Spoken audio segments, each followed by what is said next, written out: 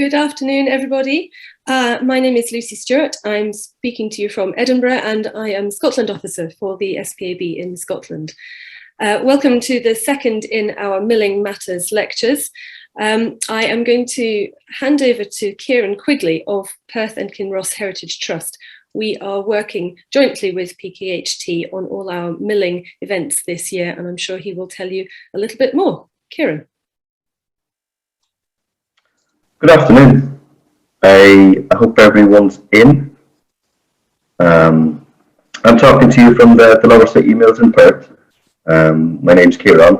I'm the Mills and Traditional Building Skills Officer here and co-organiser of the upcoming Mill Conference on May the 7th and 8th. We will be holding it in this beautiful mill in the hotel across the road, and we'll also have day trips out to other mills in the area on the Sunday. This particular talk is part of a series that we've organised in the lead up to that conference. The main reason we wanted to hold a conference was because we wanted to open up some discussions between people with various interests in mills. So we've got quite a diverse range of topics and speakers open for you. But in particular, we're really looking forward to hearing your opinions, your questions, points of learning from your background, which I'm sure are as many and varied as we've managed to come up with so far. And it'll be to be presenting that forum to bring people together and discuss various issues relating to the past and the present, but also hopefully the future. In 1900, there were estimated to be 60,000 water wheels in Britain. Today in Scotland, there are perhaps about 15 or 20 operative water wheels, which are still driving their original machinery. So maybe this is a good time to sort of look at what we have and what we can serve for the future, and how we should do that and how it would be sustainable. But conference aside, I am delighted to introduce you to someone who many people will already know, and that's Mark Watson. He's a dedicated and long-time student of industrial heritage, including mill structures and the machinery inside. He works for Historic Environment Scotland, alongside many of his other voluntary hats that he wears. And he deserves a special thanks for giving us various pieces of advice and input to do with this conference. Mark will be joined by Yara Calton, who's a PhD student at Glasgow University and has some concepts from her work that she'd like to share with us about resources for researching mills. So, hand you over to Mark. Thank you very much, Kieran. Without much further ado, I shall crack on, and I'm delighted to have the support of Yara Calton of Glasgow University, who will be able to explain her brand new website, which she prepared along with the National Library of Scotland. But the theme of the talk, of my bit of the talk, is that the best use for a historic building might not be the one for which it was built. In fact, it might be the one yet to come, because conservation is about looking to the future just as much as towards the past. We'll start this with just a little bit about sources for further information for people studying mills, their history and geography. And a great starting point is John Shaw's Water Power in Scotland, which is 606 pages long and was published in 1984, and it's pretty well definitive. But there's only one problem with it, is that the maps comprise an outline of Scotland and some little dots, and that doesn't really, that's very frustrating for people who want to pursue this further. Like what are these specific mills? How do we relate to them? And I think that is now on the way to being resolved through a number of dedicated geo-referenced sites using modern GIS technology. Then, after we've looked at ways to research this yourselves, we'll go back up to John O'Groats, which was the subject of the excellent talk which preceded this one in the series. And because there's a question about the survival rate of mills in Caithness, I'll discuss that. Then I'll look at the adaptive reuse of corn mills across Scotland, followed by the adaptive reuse of textile mills in the Scottish borders and in the city of Dundee. But now a shout out to the Clydesdale Mills Society, which already has a mapped resource relating to mill sites in Clydesdale or South Lanarkshire Council area. And this is a screen grab from that, which has homing in on Lanark, and close to Lanark, I don't know if you can see my mouse, there's Carmichael Mill, where on the opposite bank there had been an excavation a few years ago of a mill site, which you might not have recognized that there was a mill there. It's just some bumps in the ground. But these are duly logged by the Clydesdale Mill Society. So thank you to them. And I should also give a mention to the Mills Archive, which is UK-wide. It's based in a mill in central England. And it is a particularly useful resource if you're in the northeast of Scotland, because Jim Woodward Nutt took a lot of photographs in the 1970s, particularly in Banffshire, Morayshire, Aberdeenshire, but less. The archive is much less useful, I'm afraid, for other parts of Scotland. But I should also congratulate the Mills Archive for producing some occasional books. This is research publication 13, which isn't on the screen because I'm holding it up, on sugar mills and slavery, by Dr. Stuart Nisbet, who's very expert in water mills, but also in this case, it was about windmills, but making the connection to the people who were working them, who were enslaved people. Well, you can see pretty much the full extent of the coverage for Perthshire, and it's quite limited. So there's city mills, or actually mistakenly called town mills, amongst some of the contributions that have been made to the Mills Archive. And above that, Stanley Mills and Blairgowrie and Rattray, which will be visited at the Mills Weekend on the 8th of May, following the discussions in City Mills on Saturday the 7th of May. So do get your bookings in for that. Perthshire has just a small number of entries so far, so it is possible to crowdsource some new material for Perthshire, or especially for the Mills Archive. I suggest if you've got anything really old, then a good place to put it is the Mills Archive, which is a charity. There are other online resources, and I see SPAB Mills section gets a mention, and so does SPOOM, the Society for Preservation of Old Mills in USA, and the International Molinological Society is for the real expert mill geeks. I don't count myself as one of them. I'm not really up to their level. And now we're going to have Yara Carlton of Glasgow University take over and explain her map resource that's been created as part of her PhD. Over to Yara. Hi, my name's Yara, and as has already been mentioned, I'm a PhD student with the University of Glasgow, Historic Environment Scotland and the National Library of Scotland. I've been invited to join this talk today and tell you a bit about the Scottish Water Mills website, which will hopefully provide an excellent resource for anyone interested in Scottish mills.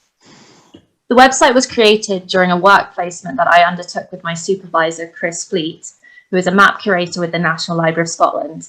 It took 7 months of full-time work to get the website to its current state. Next slide, please. So before I show you the website, I'm going to give a short background to the data that was used and the process involved in mapping the mills. The Mills website utilised data from two sources. The first was the GB 1900 Gazetteer project. GB 1900 was a crowdsourced project to transcribe all the place names and written content from the Ordnance Survey 2nd edition 6-inch to the mile county series maps.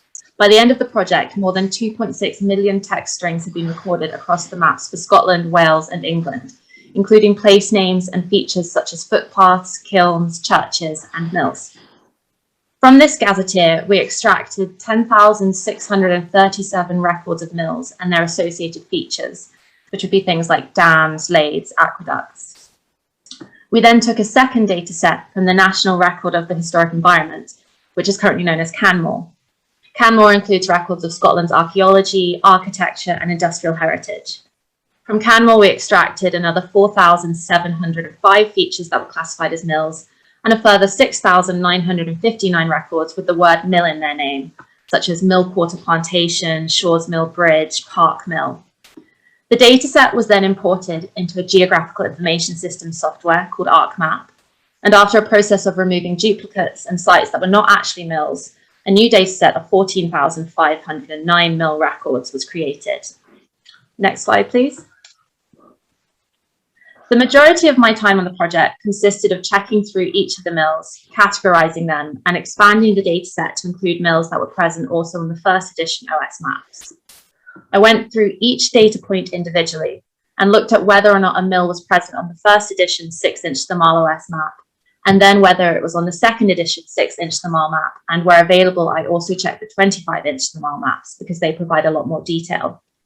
There is also a 25-inch thermal version of the first edition OS map, but these had not been geo-referenced, so it wasn't practical for me to use them. The next step was to categorize the type of mill. On this slide, I've included some images of how a mill might be depicted on the OS maps. Unfortunately, there was no standard procedure used, so it really does vary a lot. Occasionally, you might see a water wheel depicted or labeled next to the mill, but more commonly, you would need to infer the power source based on the surroundings. Then, if there was an associated CANMOR feature, I would scan over the record to see if it contained any additional information. And if the mill had a specific name, such as Burnside Mill, I could search for it in the Ordnance Survey name book. Thankfully, the majority of the books for Scotland have been both digitised and transcribed, so you don't need to use your paleography skills to decipher them. Occasionally, these methods wouldn't produce any information on the mill, so I would then do a quick Google search, but given the time available and the sheer number of mills, I couldn't do thorough research on all of them. Next, please. So now we'll go onto the website itself. When you enter the site, the landing page is a map focused on Scotland, displaying 9,799 mills, mill downs, and lathes, all as red dots. There's a search panel that will allow you to search for specific mills and filter the data in other ways that I'll mention in a moment. The banner along the top has links to other pages where you can find background information on mills in general, a description of the project workflow, a download page, and a split screen map viewer. Next, please. When you click on one of the red dots, it is highlighted in orange and an information panel pops up on the right. This will tell you the name of the mill, which is either the name recorded on the map or in CANMOR, or if there was no name, it'll be based on the river or settlement where it's located. It then lists the parish and county before stating whether the mill is documented on the first and second edition OS maps, and if so, what type of mill was it? If the mill was recorded in CANMOR, you're also provided with a URL link, as well as links to the map sheets for that area. Next, please. There's also an option of a split screen viewer, which allows you to compare between different time periods, see changes over time, or see the distribution of two different mill types at once, for example. Next, please.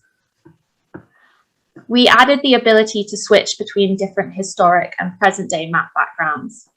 And there's also an option to select by function or feature type. For this, the set heritage terms provided to us by Historic Environment Scotland have been used. And although the name suggests otherwise, the website includes windmills and steam-powered mills, as well as water mills, but there is a function to display only water-powered mills if that's what you're interested in. And in addition to these functions on the website, the data is freely available for anyone to download for their own analysis and research. We really hope that this website would be a resource for everyone, whether you're an academic researcher or just interested in your local industrial heritage. Next slide, please. So this slide is just a brief example of how I personally have used the website to help me when I'm looking for mills in my PhD work. So last month, I took the train down to visit the village of Katrine, which you may know was the location of a large cotton mill and bleach works in the 18th and 19th centuries. There's actually very little remaining of the Katrine mills other than the reservoirs and the weir. So after a sit down and chat with the locals in the pub, I decided to see if there were any other mills in the area. So I got the mill's website up on my phone and could see but there were a few red dots just along the river in Sawn. By switching between the historic maps and the modern day Bing map, I was able to locate and identify Dalgay Mill and New Mill. For New Mill, I could even roughly figure out where the weir and mill lane would be based on the maps. The image on the right is a screenshot that I actually took on my phone while I was out there scrambling along the river. We did design the website to work on different devices, and I think it does work quite well, but I would say it is a little bit tricky to use on a very small screen. So it is best used on a tablet or computer. And if possible, yeah, it's better to have a look at it in advance before you actually go out and about. Next slide, please. So then lastly, I'm just going to mention some other resources that are available for researching mills. Mark's already touched on some of these and they may be a bit obvious, but as I mentioned earlier, the Ordnance Survey name books are a fantastic resource. For Scotland, these are digitised and available for free from Scotland Places. My understanding is that most of the books for England and Wales were sadly destroyed, and only those relating to Cumberland, Durham, Hampshire, Northumberland and Westmoreland survive. These are held by the National Archives at Kew. And then speaking of Kew, of course, there are many archives that hold records of mills. Many of these are starting to reopen and allow researchers back in after the pandemic, which is fantastic. A good place to start, other than the Mills Archive, would be to search the Archives Hub, which has the catalogue for a number of UK archives, where you could also look at collections of universities or county councils of the area that you're interested in. These archives or libraries may also hold historic maps and estate plans that would be very useful. Then, of course, there's a lot of wonderful literature out there related to specific mills or more generally about their geography and history at both the county and country scale. On the About page of the Watermills website, I have listed a few references that are quite a good starting point for this. I've also mentioned social media in here because it's quite a quick and simple way to connect with people that may have relevant knowledge. For example, a couple of weeks ago, I shared a post on my Instagram page of the old mill pub and restaurant and saying that I was struggling to find out anything about it. 2 days later, someone from the pub actually responded to my post with a link to a website detailing all the history. So that was fantastic because it was something that I wasn't managing to find myself. And then once you're thinking about mills, you are going to start seeing them literally everywhere. Before my PhD, it wasn't really something that I was aware of, but now wherever I go, I'm seeing ruins, street signs, names of cafes or pubs. Even when I'm going abroad, I've put on this presentation, Calçada de Moinho de Vento. I mean, as soon as you know the name for mill in another language, it literally will be all you see. Next slide, please. So then just to finish, I want to say that the Scottish Watermills project was a huge undertaking and it is by no means complete. You may have noticed that the total number of mills and associated features on the webpage was lower than the figures that I gave earlier on. And that's partly because some of those ended up being duplicates and not mills, but it's also because I ran out of time and simply couldn't finish. And this project was just focusing on those 2 data sets and 2 time periods primarily. So with unlimited time and resources, I'm sure that we would have found many more mills in Scotland. But nonetheless, I hope you'll agree that the Watermills website is a useful tool to have. And now I'm going to pass back to Mark, but I'll be staying for the Q&A if anyone has any questions. Thank you. Thank you very much, Yara. What a fantastic resource. If only I had access to it at the time that I was trying to read all the OS name books in their original handwriting and without any sort of means of digitally sifting them. But I did find maps also a tremendously useful resource. It's probably the key resource to studying mills. And while we have the screen up, I remind you that the Mills Weekend on the 7th and 8th of May in Perth will include a bus trip which will go to Stanley Mills, which we see on the screen there. And this will be a rare opportunity because they have been closed for the last 2 years, and it isn't even certain that Stanley Mills will reopen properly this year either. These are properties of Historic Environment Scotland. But you can see it's a water-powered mill taking water from a weir here through a tunnel and then over water wheels, large wheel pits here and here, which we'll be able to look at in detail should we wish, if you come along on the Mills weekend. Now, the first lecture in this series was an excellent presentation by the team that's working to develop John O'Groats Mill in Caithness, and there was a question about what has happened to the other mills in Caithness. So I think it's worth having a little run through these and maybe draw some conclusions from that about whether if you don't use a mill, you lose it. So here in the middle of Caithness towards the flow country is Westerdale Mill, which in fact are two mills on two different sides of this river. And on one side, the water wheel was taken out, which was here, and a turbine put in the 1930s by Gilks and Company. A water wheel then for some time was perched on the opposite end of the gable of the kiln, so it shouldn't have been there at all, but that has now been removed, and this building survives, whereas the building on the other side of the river is steadily falling back into its natural state. And then there's another mill in the centre of Caithness inland at Watton, Achingale Mill, which was taken on by a restorer who took off the roof of the kiln and laid the flagstones aside, which roofed it.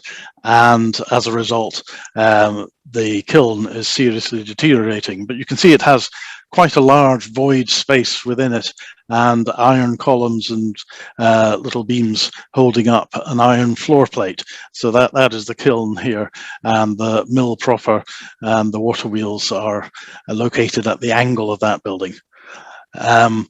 Going back to Westerdale Mill, you can see that there was a similar kind of arrangement in the kiln. So there's a grid there that is used to lay out the barley or beer meal, which is dried by a fire down here. And this particular mill luckily has a sluice gate with Pulteney Town Ironworks cast into it. So we know that it was supplied by local iron founders who had the skills to build pretty much all of the machinery that is required in a mill in Caithness. And also over in Sutherland, not far away, here the coffee table in front of the television in this bunkhouse is in fact a pair of millstones. So there's a glass lid over the top where the spanner is displayed, and this particular device here is for tightening up or relaxing the gap between the stones, and that detail there is almost exactly the same as this one in Force Mill on the north coast of Caithness, and there's just the lower stone is displayed here. Still a potential trip hazard or interesting feature depending on how you look at it if you happen to be renting the accommodation in here. Force Mill was developed by, well, it was given to the Highland Building Preservation Trust, and you'll see that such a large building that it's possible to retain a lot of the machinery that, well, in fact, I think all of the machinery that was left in place at the time that the mill was converted by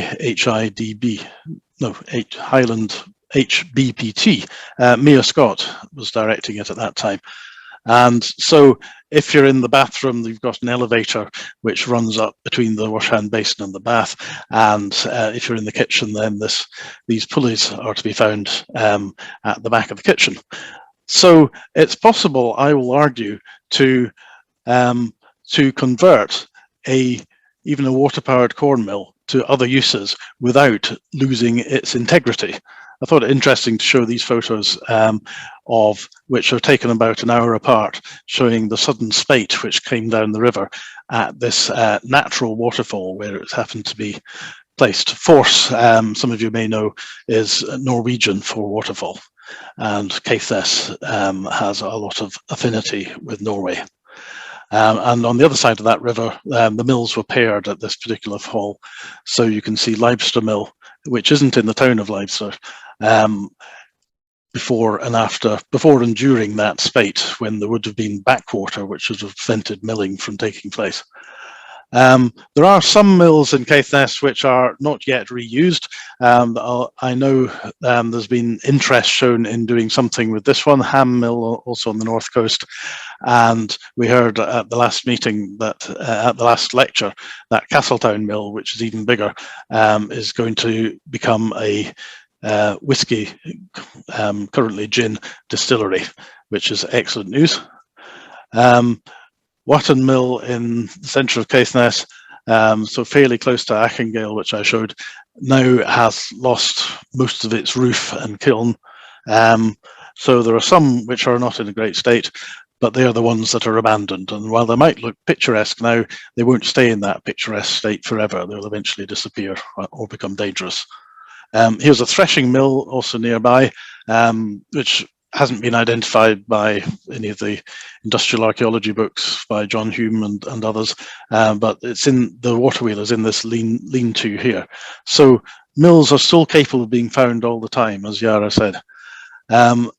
Another force mill, this time on the east coast of Caithness, is now a potter's studio, and the pottery has these heavy timber posts where the stones in the gear cupboard were.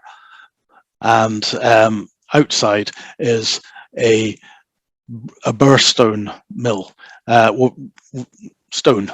The stone was imported from Normandy, very specific characteristic of porous looking, it's like an aero chocolate bar, so a lot of voids in it, which actually give it a very good cutting edge, but they tend to be made up and bound by an iron hoop because they come in small pieces. So this one's now a pottery, and in Thurso, the main corn mill is now a theatre. Next door to it was the foundry, which is the roof of which is falling in. Another mill is now Whittett's Publishing House. That's the one at Dunbeath. Underneath that, an old photo and also a recent one. And Whale-ago Mill on the right, at the top of Whale-ago Steps, is now a house. So some of the house conversions could have been done slightly more delicately. So it's a shame that it's now got concrete tiles on the roof and a domestic-looking chimney. So if you look back at the records that John Hume made in the early 1970s, he recorded 18 mills in Caithness, and today there are 17 water-powered corn mills that still exist, although not actually using the water wheels at the moment, apart from that turbine, which is now generating electricity again for a big house. And there's the roofless steam mill, which is in Wick. So about 8 of these have definite new uses, and 7 are still opportunities waiting for somebody. So what I was showing was a water mill, which is not a listed building, that was converted to a single house. And some of the things that I'm not all that keen on are the domestic chimney added at the end of the gable there, which doesn't really belong in a water mill. And one thing that I think is pretty much inevitable if you're going to make it into a house is that the relatively minimal use of windows in a corn mill is something that can only be overcome by having new and, frankly, in this case, not all that attractive windows inserted. Dormers don't really suit conversions of corn mills unless they're replicating a hoist, in which case there wouldn't have been all 3 of them there. Here's a mill in Morayshire which has been converted again to a house, though there had been an attempt, I think, to operate it as a visitor attraction way back. And here you can see on the left that there were no windows or doors at all on one elevation, or there's one small window, but now you have these 6 regularly spaced windows installed. And I think they've done quite a good job. But it is a change to the building, which does sort of suggest that maybe it had some function other than a corn mill. which isn't actually the case. Also, the cowl on the top has become a little viewing platform, so it's got a wee bitty bigger than it was on the top of the kiln there. Whereas this particular kiln, Den Mill in Auchenblay in Kincardineshire, has this super distillery scale kiln, which it had from the start. So there's a photograph in John Hume's books of this particular mill. And I think this conversion is extremely well done, with an understated extension, big cat slide roof with corrugated iron. Yay. So I like that one. And here's another photographs by the late Paul Bishop of Scottish Local History Forum, Scottish Vernacular Buildings Working Group, and Glasgow University. So working with Yara is a mill that was very close to him in his mill house in Baldarnock. And here the launder arrangement was rather interesting in that the water would come along at a high point here and then double back. So it's what's called a pitchback wheel. So the wheel went in that direction rather than in that direction. So it went clockwise. But in order to fit this window in, all of that has been taken away, which is a bit of a shame, but I still quite like, again, this kind of extension, which resembles what had previously been there as a dark wooden tarry shed. And it seems that almost no mill is beyond hope. So this unlisted building, Boone Mill near Lauder in the Scottish borders, has now been restored into a house. So a guy rang me up and said he was going to do this, and I went to have a look at it, and there really wasn't very much there, just out of curiosity. But they've done quite a good job, though again there are those domestic looking window chimney stacks which are less than ideal. And here we have the corn and flour mill in Hoyk. It's not often that you get these combined, the two functions together. But in towns, sometimes you do. And here, the lathe and the water wheel ran through the middle of the building at about this point, I think there. And one side of it were the millstones for milling the corn, and then another set of millstones for grinding it much more finely into flour. But again, there are relatively few windows, so new ones have been installed, such as these two here and some in the gable. And I think it's been quite well done. So the character of the corn mill, the roof profile, things like that are all still there. But there is a problem in terms of there being not quite enough windows in a corn mill. So there is an argument which I think SPAB espouses, which is that water mills should really be used as such and not adapted to other purposes. And there are a small number, there is a small number in Scotland which do operate as working corn mills. So here's Barony Mill in Orkney, and below that is Barry Mill in Angus, with the late Peter Ellis as the miller. And Historic Environment Scotland has New Abbey Mill in Dumfriesshire on the right. I should have said that Barry Mill is the National Trust for Scotland's mill. So there's a cluster which have a reasonable hope of the future. And also I should mention Blair Athol Mill, which does fantastic home baking and uses water power to grind its flour. And that's relatively unusual to produce flour for human consumption. Quite often restored water mills are not capable of doing that. And there was Benham Mill in Kincardineshire or Aberdeenshire, which, as it is now, which had been an attraction for people to visit, but I don't think it ever really got going as a proper working mill, despite a lot of new machinery being brought in. So that attraction is closed at the moment, but people are working out a future more to do with the allotment round about it.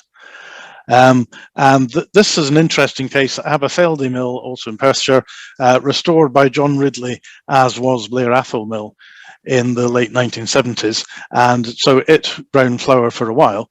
And now it's a very popular bookshop and cafe, and the machinery is all still there. So I wonder whether it's necessary for a corn mill to carry on being a working corn mill, or whether it can have extra integrity, or well, at least retain the integrity it had even while it has a new function, which is undoubtedly doing very well.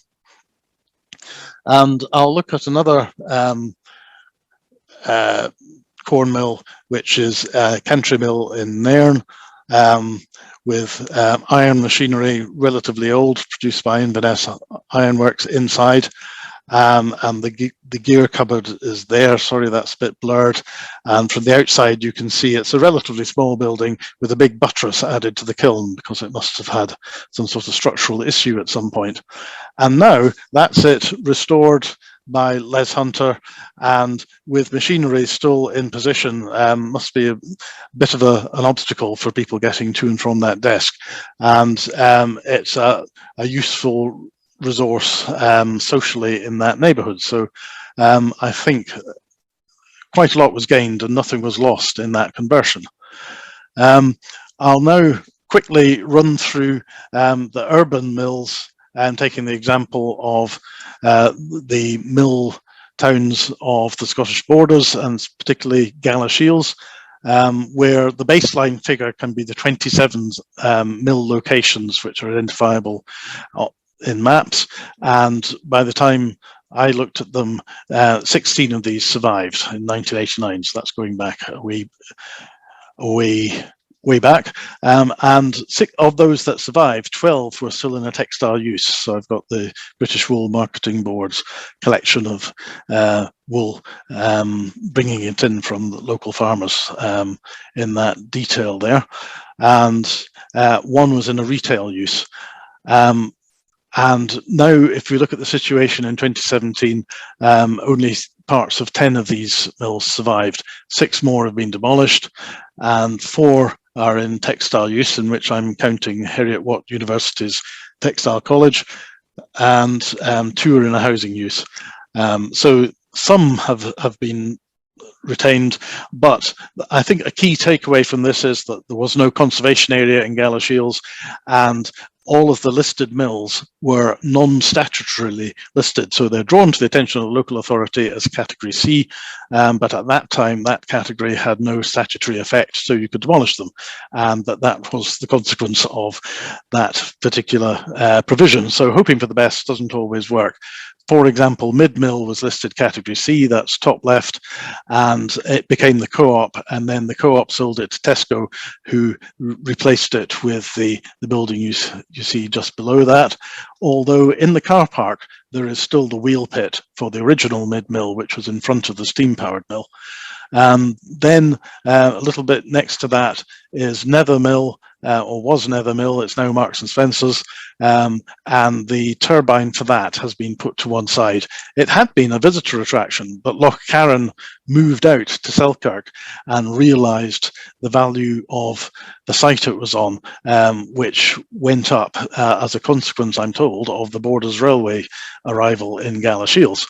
And to the right of that is Tweed Mill, which was the first steam-powered mill in the Borders, built in 1851. So it was, although it has a lathe in front of it, it was reliant entirely on steam engines, and a part of that is now in a housing use.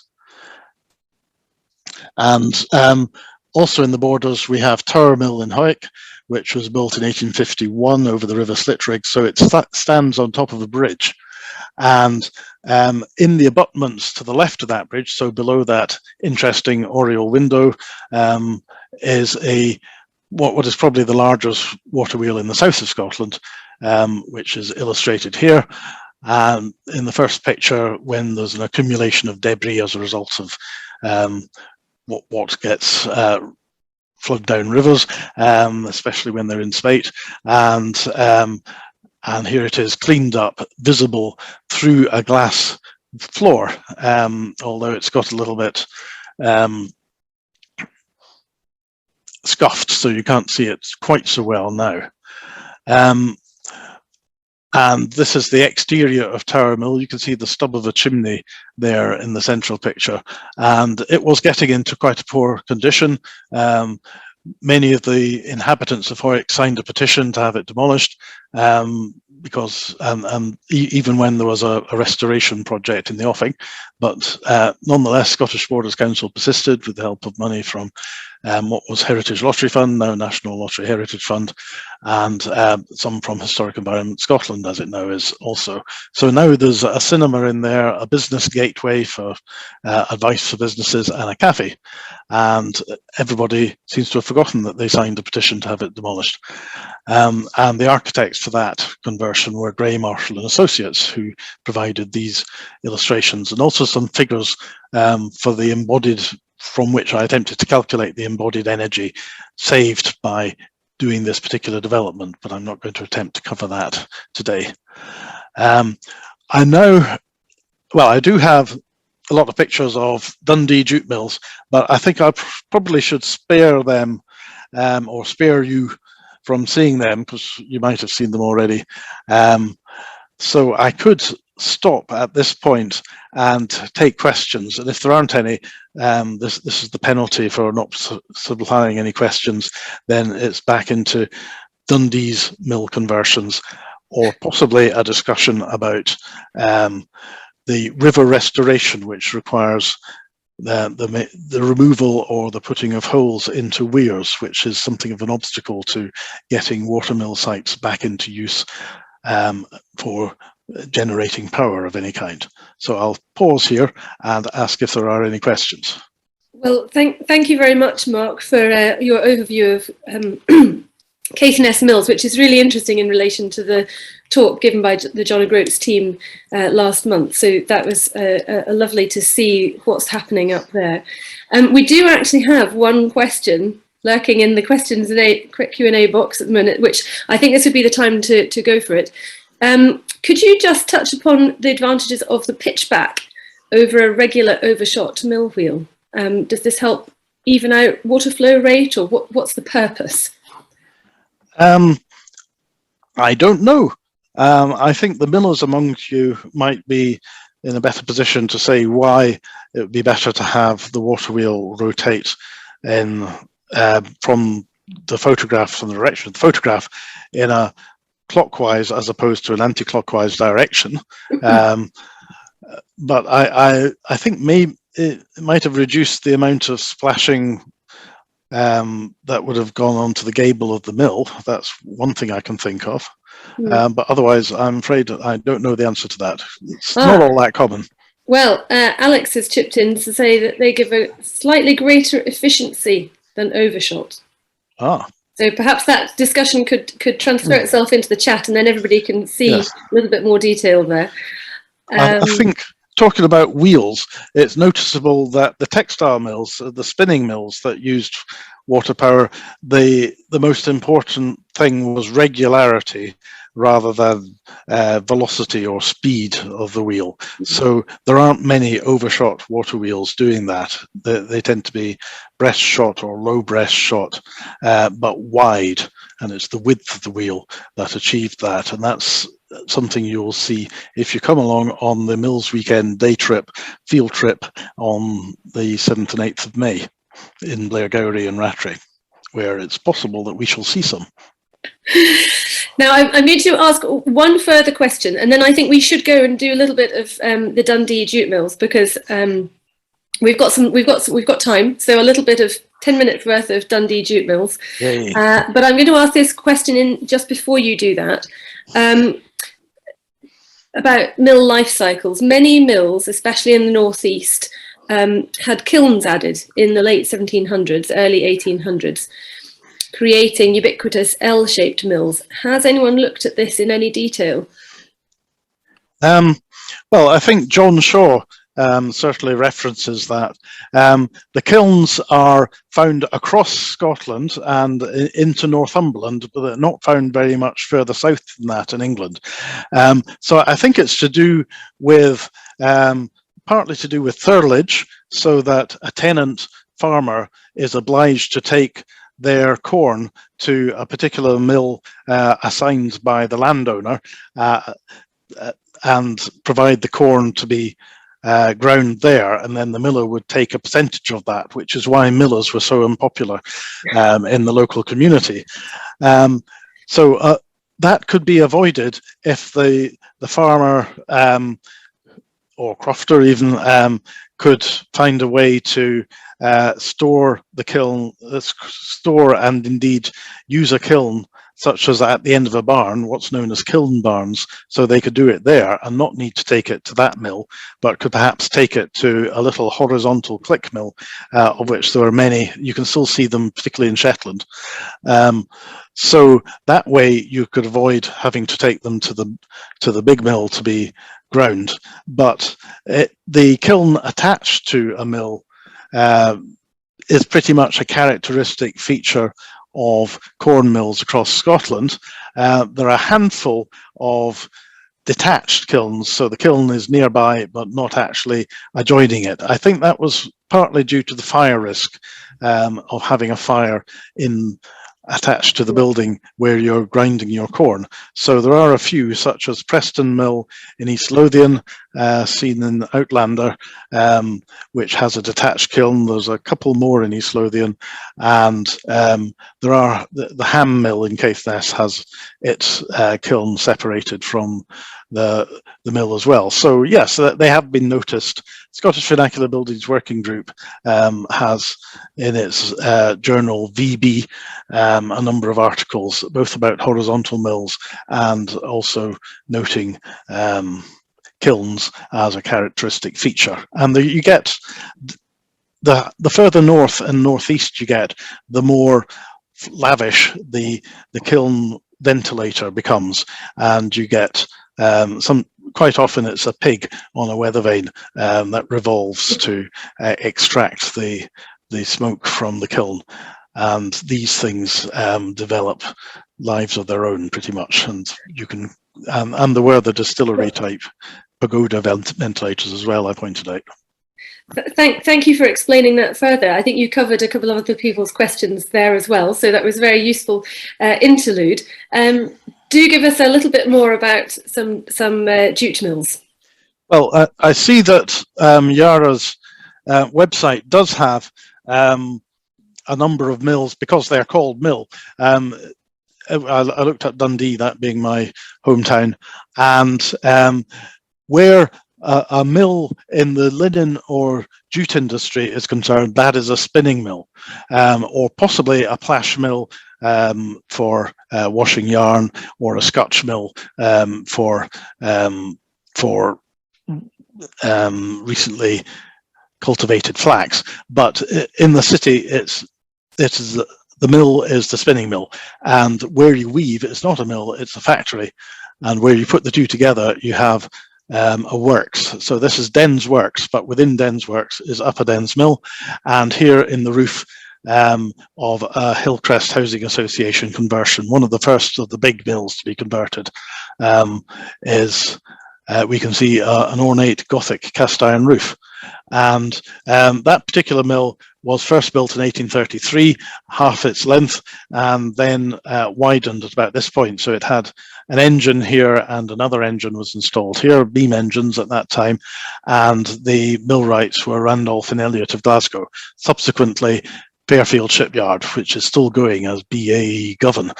So that's a long pedigree, but they cut their teeth doing millwright work here, and there was that mill in Galashiels, a Tweed mill, was also one of theirs.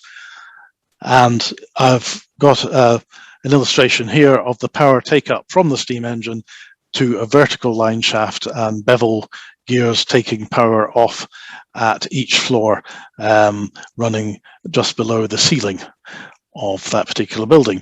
So pie charts are great, I think, but sometimes can be misleading. So somebody else used my data from a book I wrote to produce that pie chart, counting 120 mills and or factories as the baseline, which I think was a little bit excessive because some of these mills were rebuilt and renamed on the same site, or expanded and were taken over by other millers. So that is a slightly more realistic picture, I think, showing the number that were demolished by 2005, that's there in blue, on the left-hand blue part, and then a variety of other uses that was being put to these mills.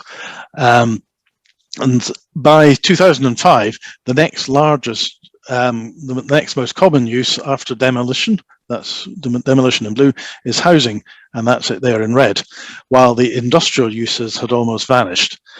And that was worth comparing with the situation in Galashiels, which was strangely much more has been lost in Galashiels than in Dundee. Partly, I would argue, because the mills were not statutorily listed in Galashiels, although about 4 were listed category C, non-statutory. So this is the largest of the mills in Dundee, or works, Camperdown Works in Lochee. And you can see the state of decay into which it fell. It was a film set representing Berlin in 1945. The BBC offered to blow it up, which was politely declined. And now here it is with the high mill there, converted to apartments over a car park. And that's the roof when the slates were off. I suspect the slates were taken to be then sold and used on repairs and restorations elsewhere, no questions asked. And that meant there was this very ornate ironwork, but no roof over that ironwork. And this became an opportunity to make a sort of pergola feature, which is still there within the High Mill complex. And here's another mill, South Mills, known as the Stourie, because of all the dust that was associated with it and the people who came out of it. And that was a flax mill, a spinning mill. And this became a development, 2/3 housing association, 1/3 flats for sale.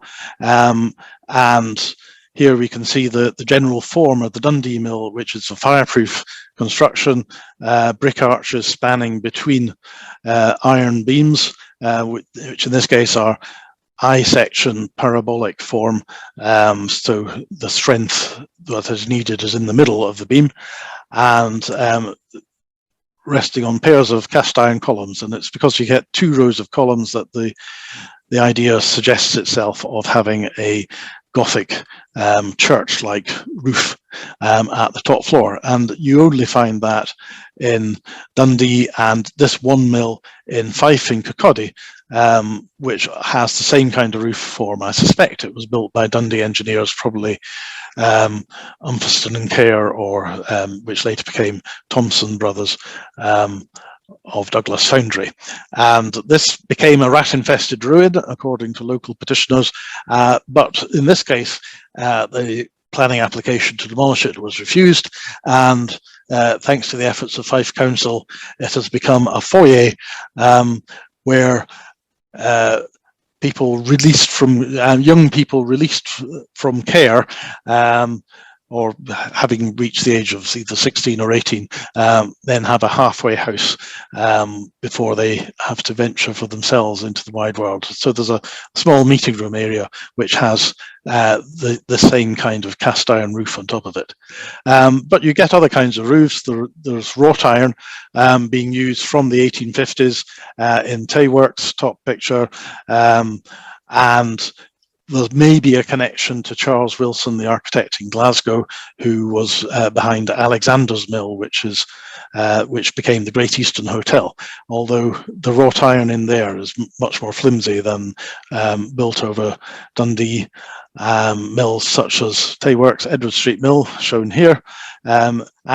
Photographs taken at different times, you can see at one time a small shrubbery was forming inside a sort of arboretum, but that is now, having got into a very poor state, has become again housing with a new wall built just behind these columns to give a degree of privacy to people at the ground floor. That had been a weaving shed, and there's new build housing built behind this wall here. And then we have Duraworks, again the same idea, which is something that Doug Reed and I agreed way back. He was the architect at Milton Studio, and he did this project here, and also Camperdown Works, and I'm sorry to say he died last year. So that's Duraworks, showing an initial attempt by a different architect, done a very nice new stone wall here, but actually it wasn't really what was required. So that was taken out again once Doug Reid got the job, and he put this new wall behind these columns. And I think that works much more sympathetically. And then we have Seafield Works. Again, there's assorted ironwork to be found, in this case over an area of car parking. It had been the boiler house, and this made carpets until it closed relatively recently in the 1980s. And another part of that complex, what had been the mechanic shop come press packing shop, now has a swimming pool inside it. So I would argue that change is something that's positively desirable to be done to these buildings, and maybe if it's okay for a factory, why not something similarly dramatic done to a church or a school? Question, what would SPAB say? So over to SPAB to consider that, but or if I've bludgeoned you into silence, then there are yet more mills, such as Anchor Mills in Paisley. Again, it was Doug Reid of Fred Stephen Architects out of Glamis, having cut his teeth on mills in Dundee, who got this job to create this fabulous atrium in a housing development done by the Prince's Regeneration Trust in Paisley. So that was Coates and Clark's mills. And then there's Peyton and Baldwin's at Kilncraig's Mill in Alloa. This is the view before it shut from Alloa Tower, and this is it after, showing the smart new glass wall that is a specialism, I think, of LDN. They did the Festival Theatre in Edinburgh, remember. So it's the sort of inverse of facadism. The structure of the building, that big particular warehouse and offices, survives inside, and there's a new atrium come glass wall there in what is now Clackmannanshire Council headquarters. So let's be bold, I say, and celebrate change. And if the French can do it, so can we. And if you click the lower link there, you'll be taken to a free PDF download, which is not necessarily about adaptive reuse, or not entirely. It's about textile heritage of the world, a comparative study we did. So shall I stop at this point and see if there are any more questions? Thank you very much, Mark. That's a terrific overview of all sorts of different types of mill. I'd like to welcome back Kieran and Yara, if you can both switch your screens on. So yes, everybody is amazed and really fascinated by the mill database, which we all think looks really useful. Can you tell us a bit more about what the justification was for creating the resource in the first place? Where did the idea come from? Who provided the time and money? Obviously you provided the time. How were you funded? How did it all work? Yeah, I mean, I can't fully explain the justification, but I can help a bit by explaining my PhD and how that's funded. So I'm doing a collaborative doctoral partnership PhD. I'm funded by the UK's Arts and Humanities Research Council. So the way their projects work is that supervisors from a university team together with a heritage or cultural institution, and they come up with a project together, and then they get the funding for PhD students. And then with that, there's funding to do a work placement within one of these institutions. So my PhD and a vague outline for the placement had already been formed before I actually came on board. But it did end up changing a bit. So initially, I was only going to spend maybe 2, maximum 3 months with the National Library doing this mapping. But then COVID hit, and we had to adapt and think, well, what can I actually do with my time? I can't go to any archives, can't do any of my field work. But this mapping project was something that I could do online. So we decided, okay, let's just bring that forward, get going with that, and we'll see if things open up and I can go back to my PhD. 3 months in, the world was still in chaos and I couldn't. So I discussed with Historic Environment Scotland and my supervisors at Glasgow, and we decided that it would be possible for me to use the rest of my placement to continue it and just to try and get as many of the mills done as possible. I said in my presentation that I spent 7 months on it. I was only funded for a 6-month placement, but because I then decided I was going to use the data set in my PhD as well, which wasn't initially my plan at all. I then put 1 month of my own PhD time into doing even more of the mapping. And that's why I think I mentioned this on the project about page, but I'm not sure. So I had to make a decision, like what mills was I going to prioritize, knowing that even with the extra time, I could not do them all. So I ended up excluding a lot of, the small threshing mills and mill dams on farms. And I decided, for me, I also, was trying to think what's going to be useful for other people as well. But like I said, some of the time came out of my PhD, so I had to think what's useful for me. So I focused on more of the big industrial mills, the textile mills, the larger corn mills, and sadly the threshing mills kind of had to be left.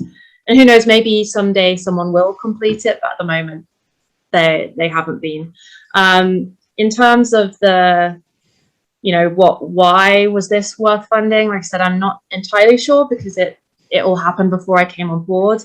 But I think my understanding is that, the National Library of Scotland, they have these collections, and I think one of their aims is, looking at ways that they can make them more accessible and useful to the public. And this was one way to do that. They already had the GB 1900 data. They had these maps that had been digitized, and this was a new creative way of doing something with that. Great. I'm quite envious of you having had the chance to scrutinise all these maps. I'm sure it was absolutely fascinating. Just whilst you're talking about it all, there's a further question which says, is it possible or planned to add other information to the database to allow for more analysis? Presumably there's a sort of degree of flexibility in what you've done. Yeah, so at the moment there's no plans to do anything else, really, because there are no resources for it. I don't know if in the future that would change. Like I have sent Chris the data set that I didn't complete, so that is there and someone could do it. And if someone wants to fund me to do it, when I finish my PhD, very happy to do that. But yeah, at the moment there just aren't the resources, unfortunately. Well, stay in touch. We'll work on promoting your need there. Kieran. Well, I presume the database is such that it could be added to. Is it the setup of it? More information could be added in the future. Yeah, absolutely. But it's not in a format where, say, anyone could just contribute little bits and pieces. At the moment, I think it would have to be something formal would have to be done with NLS. Mm-hmm. But yeah, no, absolutely. Right. And as I've said, anyone can download the data. So if someone wanted to take this on as their own project, they could. Oh, but that would be to download it and then use it in a different format. Yeah, or add to it themselves. Mm-hmm.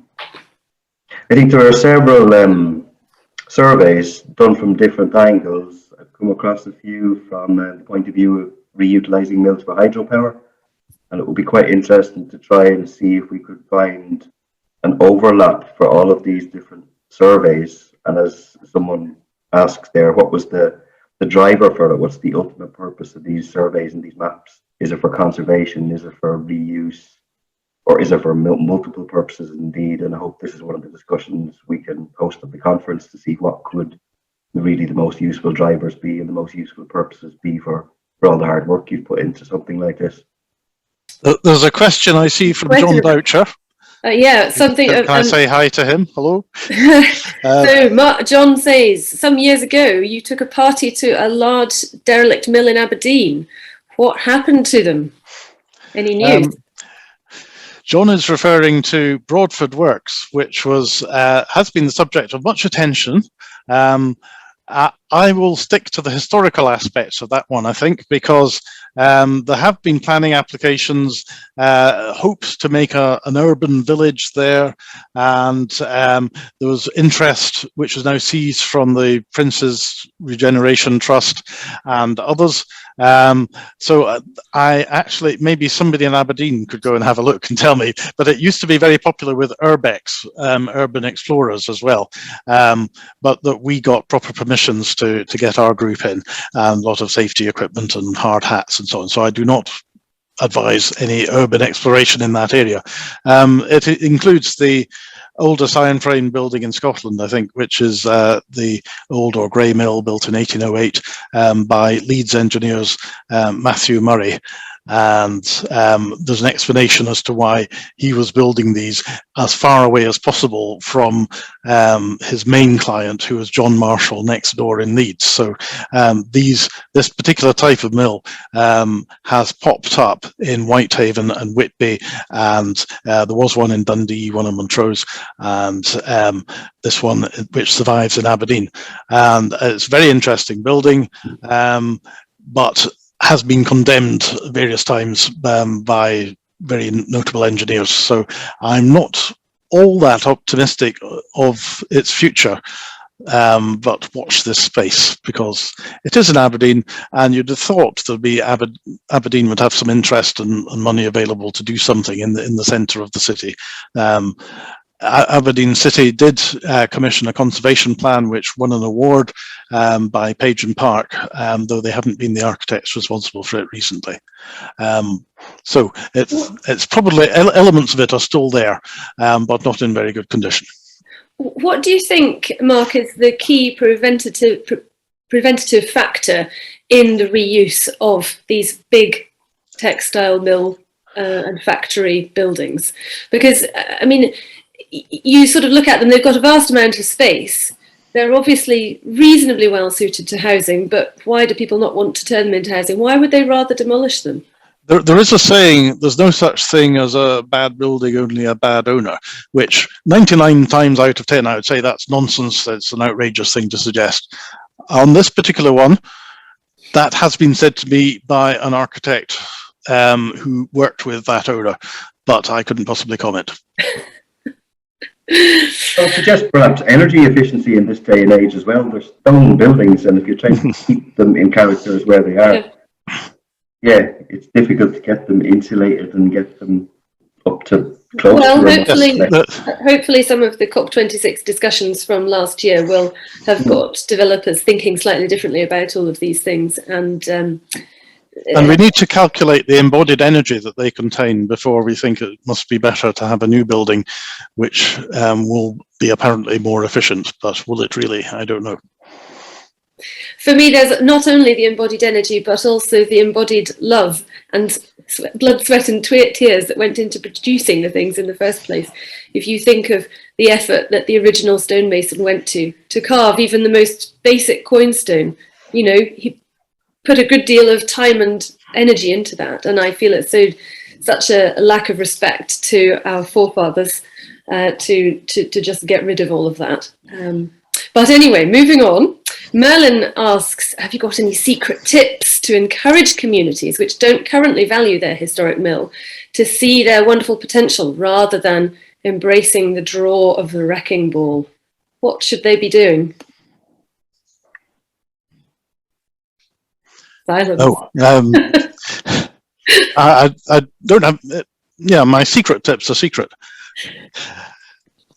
Topic events, I guess, maybe.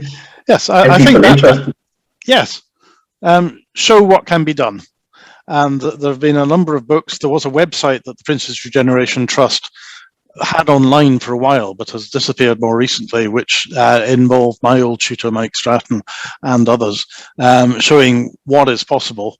And I think it also is desirable to have not all the odds stacked against the building. So don't penalise empty property by doubling the business rates on them, for example. Witness the Buchanan report.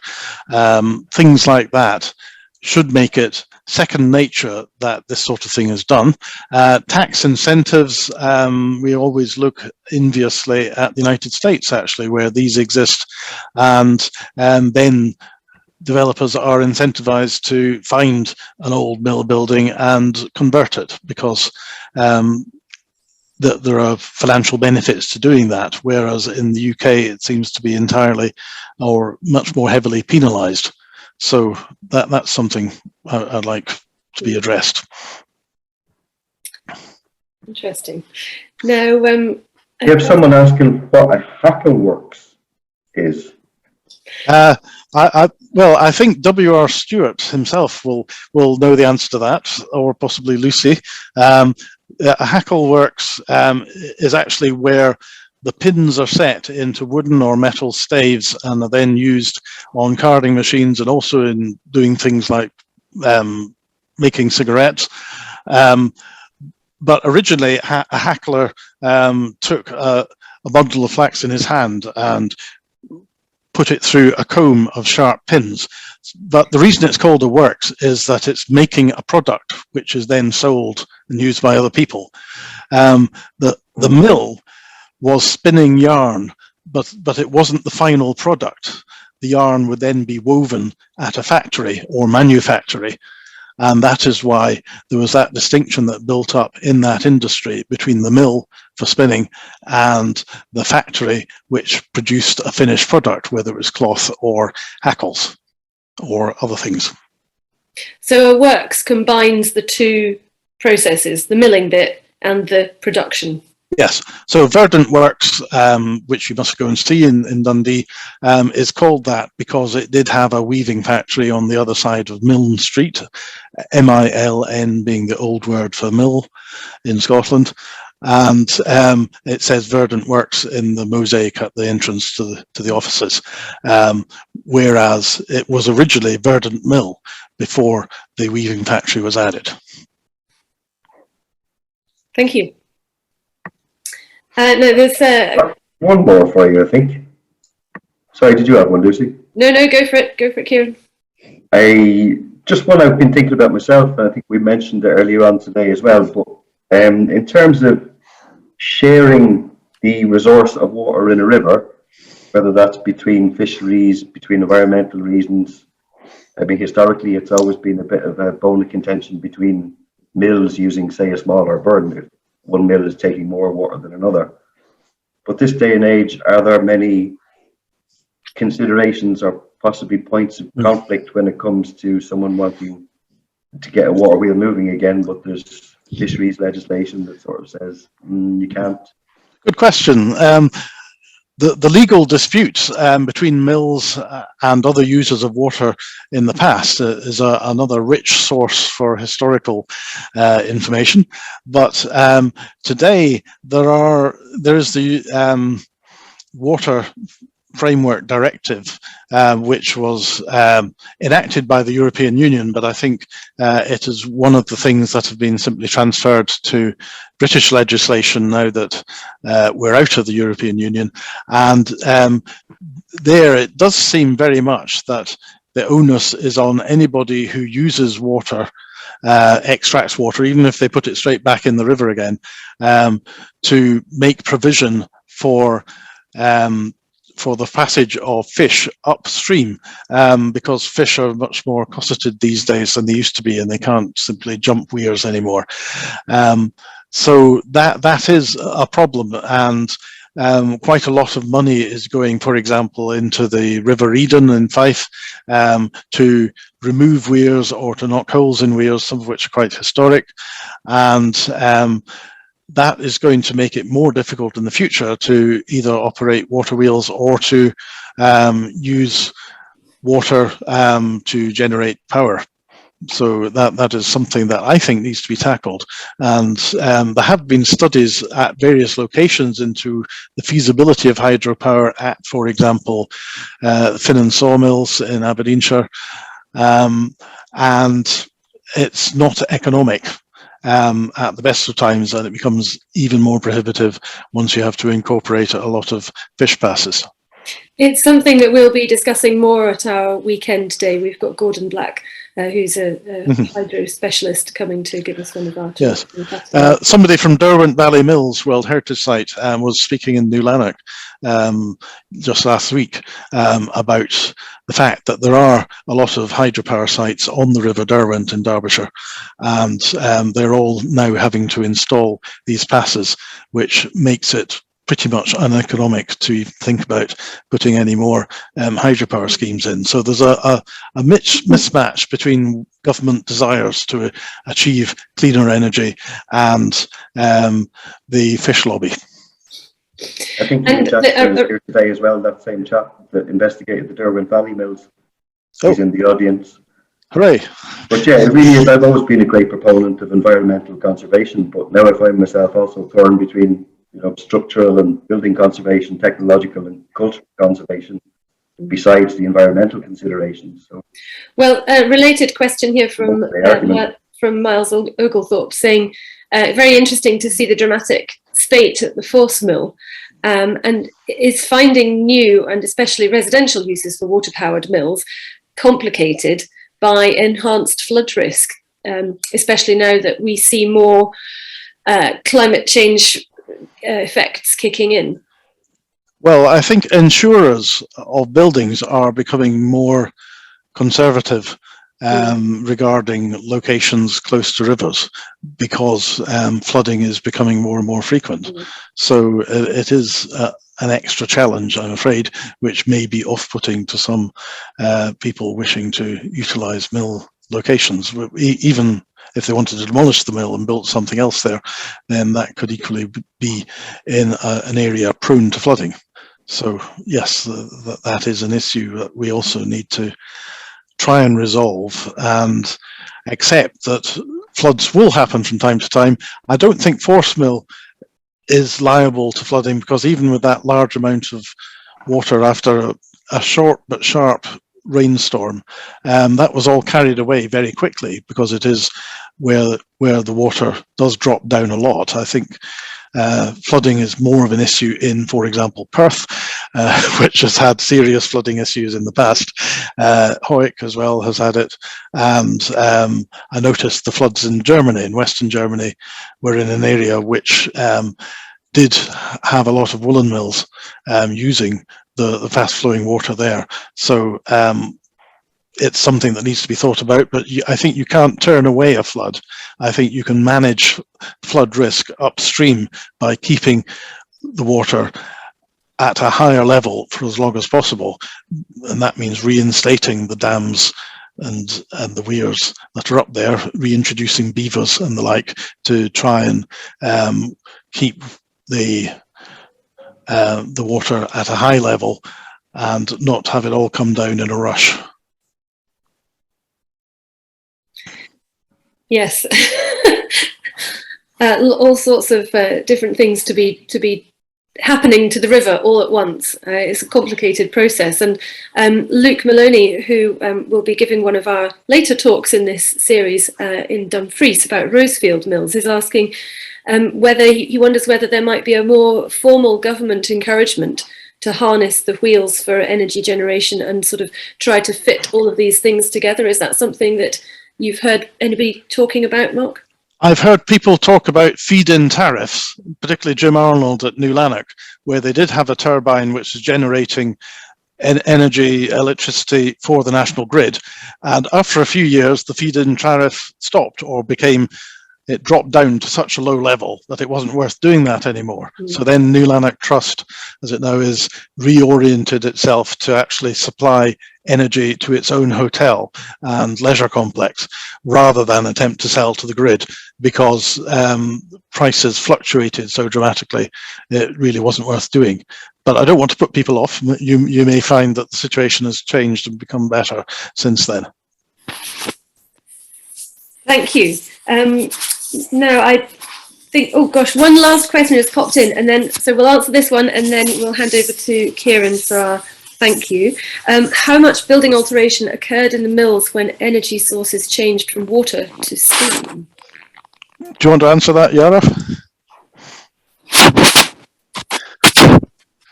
So I'll have a go. In some cases, it wasn't very much. So, for example, if you want to see the oldest steam engine, the oldest steam engine that was installed in Scotland, it was Douglasfield Mill in 1802, Douglasfield Bleachfield, just outside Dundee. It's now in Verdant Works.